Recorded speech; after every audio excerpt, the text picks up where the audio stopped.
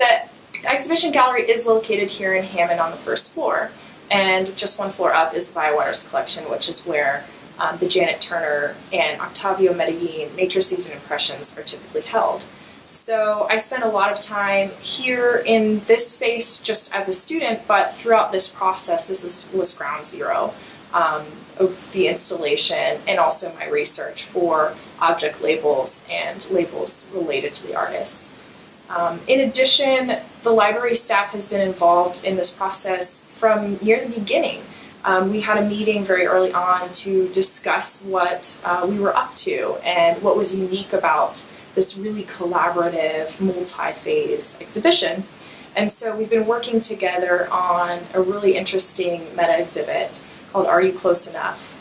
That is an immersive experience that allows visitors to snap QR codes and find out more information about artists. There's also a website that's connected to the meta-exhibit that will really expand the reach of the exhibit past, the close of its close, and also provide more information to visitors about this process. Actually, the inspiration for our exhibit is an item that's in Bridwell Library's special collection, which was recently purchased by them, which is an Ugo de Carpi chiaroscuro woodcut. And unfortunately, we were not able to include the woodcut in our exhibit space. But part of the looking assignment was an extra credit question, which encouraged the students to make an appointment with the curator at Bridwell and view it themselves and compare it and its techniques to other impressions in the exhibit. And so what's interesting about that is chiaroscuro woodcuts were the very first way of printing in color that was developed in the Renaissance. So it's basically the beginning of this whole process. And chiaroscuro woodcuts are sort of a process that emulates drawing, actually. So it allows an artist to provide multiple tones within their print.